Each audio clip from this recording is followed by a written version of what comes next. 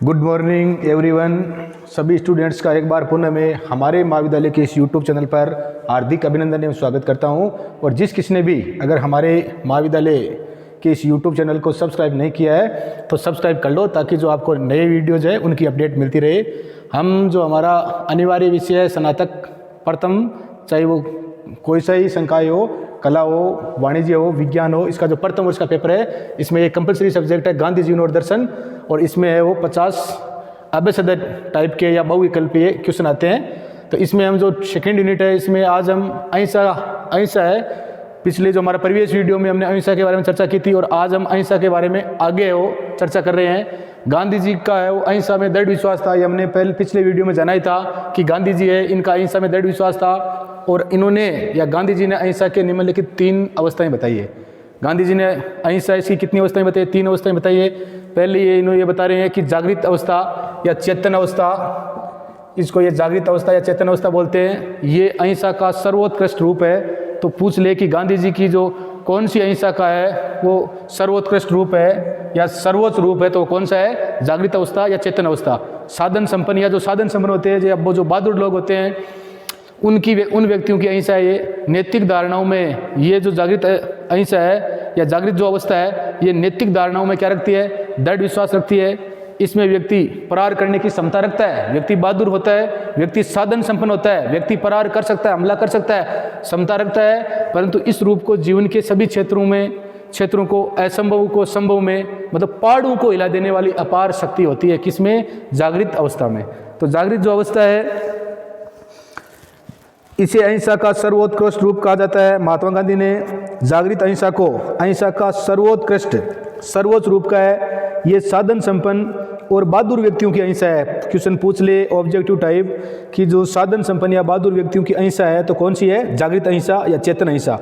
अहिंसा के इस रूप को दुग्ध आवश्यकताओं के कारण नहीं, वरन नैतिक धारणाओं में दृढ़ विश्वास के कारण ही अपनाया जा सकता है। जागृत अहिंसा से पूर्ण व्यक्ति में प्रहार करने की क्षमता होती है।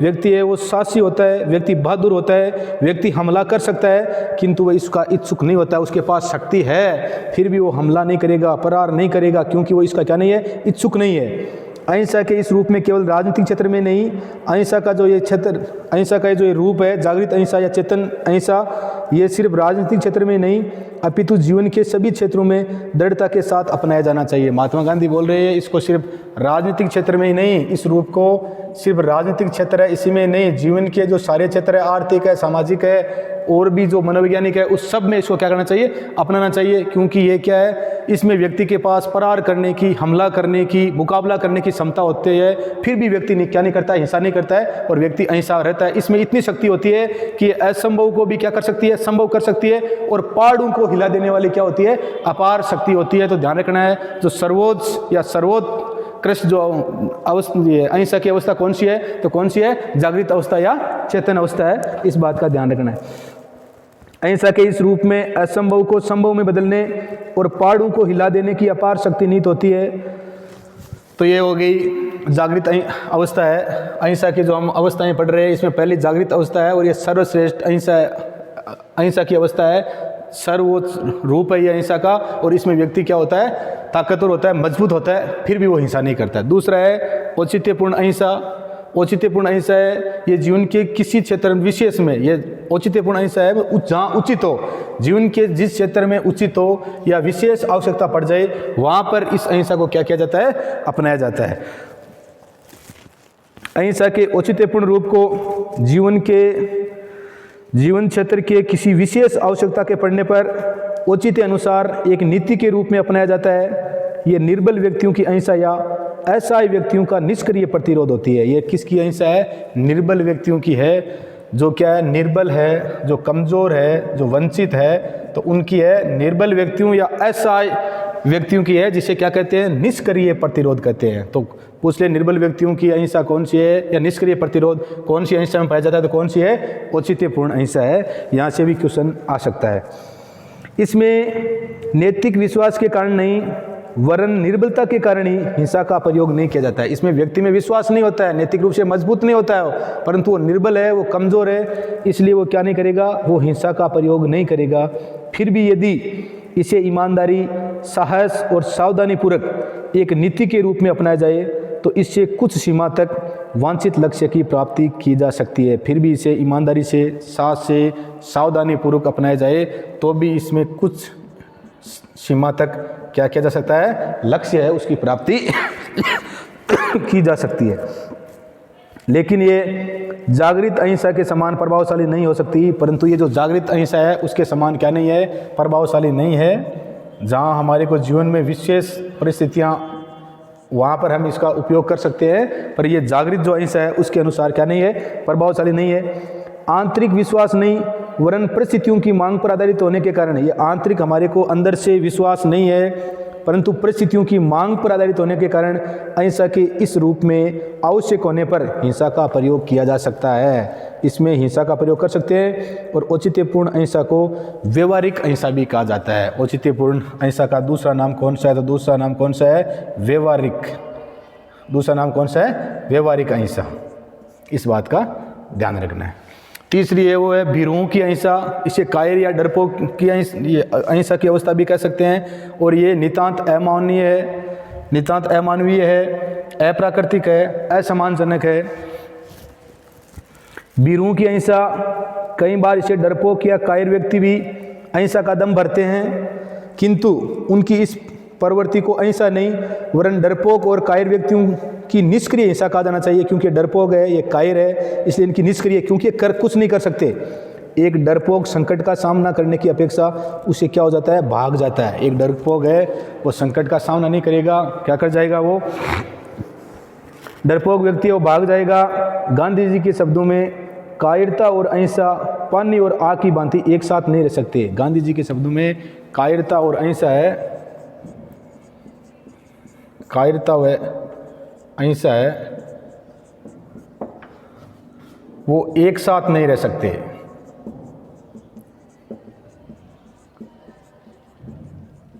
कहने का मतलब है, गांधी जी के शब्दों में कायरता और अहिंसा है, वो एक साथ नहीं रह सकते। जिस प्रकार से पानी और आग दोनों क्या नहीं रह सकते, जिस प्रकार से पानी और आग दोनों क्या नहीं रह सकते, साथ नहीं रह सकते, इस प्रकार अहिंसा और कायरता दोनों क्या नहीं रह सकते, साथ नहीं रह सकते।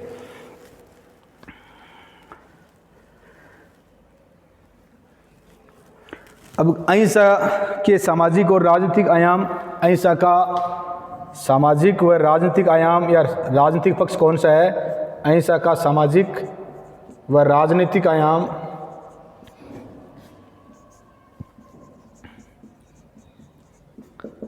अहिंसा के सामाजिक व राजनीतिक आयाम, अहिंसा गांधी जी के अनुसार केवल व्यक्ति का सद्गुण नहीं वरन सामाजिक जीवन और राजनीतिक जीवन का क्या है, विश्वसनीय आधार है। सामाजिक और राजनीतिक जीवन का अहिंसा वो क्या है, विश्वसनीय आधार है। महात्मा गांधी कहते हैं कि सामाजिक और राजनीतिक जीवन है इसके व्यक्ति के अहिंसा वो क्या है, विश्वसनीय आधार है। यदि हम अहिंसा के आदर्श को व्यक्तिगत सद्गुण तक सीमित रखते हैं तो ये अहिंसा की व्यापक और रचनात्मक शक्ति का क्या होगा, उसका ह्रास होगा, अवमूल्यन होगा। महात्मा गांधी ने इस बात पर भी बल दिया कि अहिंसा न केवल सामाजिक और राजनीतिक जीवन की विकृतियों को दूर करने में सक्षम है वरन एक ही श्रेष्ठ सामाजिक राजनीतिक व्यवस्था का मूल आधार ही क्या हो सकती है, अहिंसा हो सकती है। सामाजिक और राजनीतिक जो जीवन है इसका आधार ही क्या हो सकती है, अहिंसा। अगर श्रेष्ठ जीना है तो अहिंसा ही इसका मूल आधार हो सकती है। अहिंसा सामाजिक जीवन और राष्ट्र के सामूहिक जीवन का सर्वोच्च धर्म है। अहिंसा है वो सामाजिक जीवन और राष्ट्र के जो सामाजिक जीवन है उसका क्या है, सर्वोच्च धर्म है। तो अहिंसा को सामाजिक और राजनीतिक जीवन में राष्ट्र का क्या माना गया है, सर्वोच्च धर्म, सर्वोच्च धर्म वो माना गया है।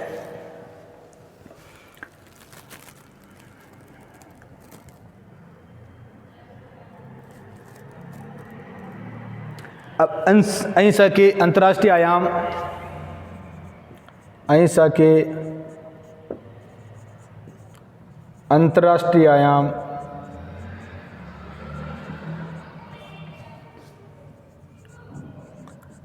अहिंसा है इसके अंतर्राष्ट्रीय आयाम क्या है, अहिंसा का अंतर्राष्ट्रीय पक्ष कौन सा है। गांधी जी अहिंसा है वो अंतर्राष्ट्रीय जीवन और व्यवस्था का भी विश्वसनीय आधार बन सकती है। गांधी जी बोलते हैं कि अहिंसा वो अंतर्राष्ट्रीय जीवन है, इसका भी क्या बन सकती है, विश्वसनीय आधार बन सकती है। और वो विश्वसनीय आधार है वो किस प्रकार बन सकती है, तो इसके बारे में गांधी जी कह रहे हैं कि अहिंसा के माध्यम से एक न्याय संगत अंतर्राष्ट्रीय व्यवस्था का निर्वाह किया जाना संभव है। गांधी जी बोल रहे हैं कि अहिंसा के माध्यम से एक न्याय संगत अंतर्राष्ट्रीय व्यवस्था का निर्वाह किया जाना संभव है।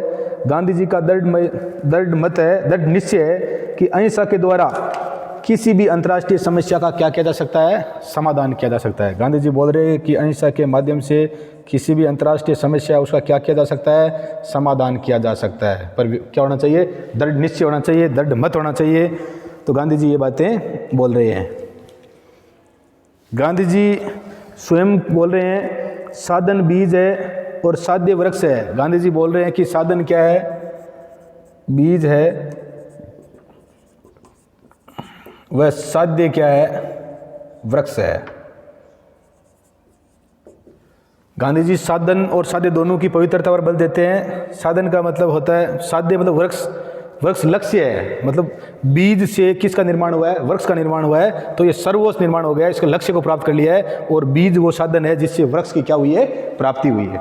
तो गांधी जी बोल रहे हैं साधन बीज है और साध्य वृक्ष, इसलिए जो संबंध बीज और वृक्ष में है वही संबंध किस में है, साधन और साध्य में है। गांधी जी बोल रहे हैं कि श्रेष्ठ बीज होगा तो श्रेष्ठ वृक्ष का निर्माण होगा। इस प्रकार से साधन और साध्य है, इन दोनों में भी वही संबंध है जो बीज और वृक्ष में है। मैं शैतान की उपासना करके ईश्वर का फल नहीं पा सकता। गांधी जी बोल रहे हैं कि मैं शैतान की उपासना करके ईश्वर का जो फल है वो नहीं पा सकता। ये बात कौन बोल रहे हैं, महात्मा गांधी बोल रहे थे। साधन और साध्य दोनों की पवित्रता की बात कर रहे हैं। तो गांधी जी की हमने अहिंसा है इसके बारे में जाना, और गांधी जी की पवित्रता का गांधी जी ने कहा कि राजनीति के आध्यात्मिकरण की ओर से सबसे बड़ा कदम है वो इन्होंने उठाया है। गांधी जी ने कहा है कि राजनीति में सफलता ही सब कुछ है, और सफलता प्राप्ति के लिए उचित और अनुचित सभी साधन जो अपनाए जाते हैं वो क्या है, गलत है। इसलिए दोनों बोल रहे हैं कि साधन और साध्य दोनों ही क्या होने चाहिए, पवित्र होने चाहिए। साधन वो बीज है और साध्य वो क्या है, वृक्ष है। तो जिस प्रकार से बीज और वृक्ष में संबंध होता है उसी प्रकार से साधन और साध्य में भी क्या होता है, वृक्ष होता है। ये साधन और साध्य में भी क्या होता है, संबंध होता है। तो हमारे जो ये अनिवार्य विषय है गांधी जीवन और दर्शन है, इसमें हमने जो गांधी जी की अहिंसा है इसके आज जो निम्नलिखित 3 अवस्थाएं इसके बारे में अध्ययन किया। जागृत अवस्था है, इसको सर्वोच्च या सर्वोत्कृष्ट अवस्था भी कहते हैं। ये साधन संपन्न और बहादुर व्यक्तियों के लिए होती है। दूसरी औचित्यपूर्ण अहिंसा है, ये जीवन की किसी भी क्षेत्र में विशेष आवश्यकता पड़ने पर या विशेष परिस्थिति पड़ने पर होती है। ये निर्बल व्यक्तियों या असहाय व्यक्तियों की होती है, जिसे निष्क्रिय प्रतिरोध भी कहा जाता है। क्वेश्चन आ जाएगा गांधी जी की निष्क्रिय प्रतिरोध जो अहिंसा है वो किस में है, तो किस में है, औचित्यपूर्ण अहिंसा में है। तीसरी है भीरुओं की अहिंसा या कायर की अहिंसा या डरपोकों की। इससे गांधी जी ने नितांत अमानवीय, अप्राकृतिक और असम्मानजनक गांधी जी ने कहा है। और कायरता और अहिंसा है वो एक साथ नहीं रह सकते। गांधी जी ने कहा है कि कायरता और अहिंसा एक साथ नहीं रह सकते। जिस प्रकार से पानी और आग है वो एक साथ नहीं रह सकते। तो आज हमने गांधी जी के अहिंसा के बारे में जाना। अगली हम क्लास है वो सत्याग्रह के बारे में है वो अध्ययन करेंगे। वीडियो को लाइक, शेयर और सब्सक्राइब कर देना। जय हिंद, जय भारत।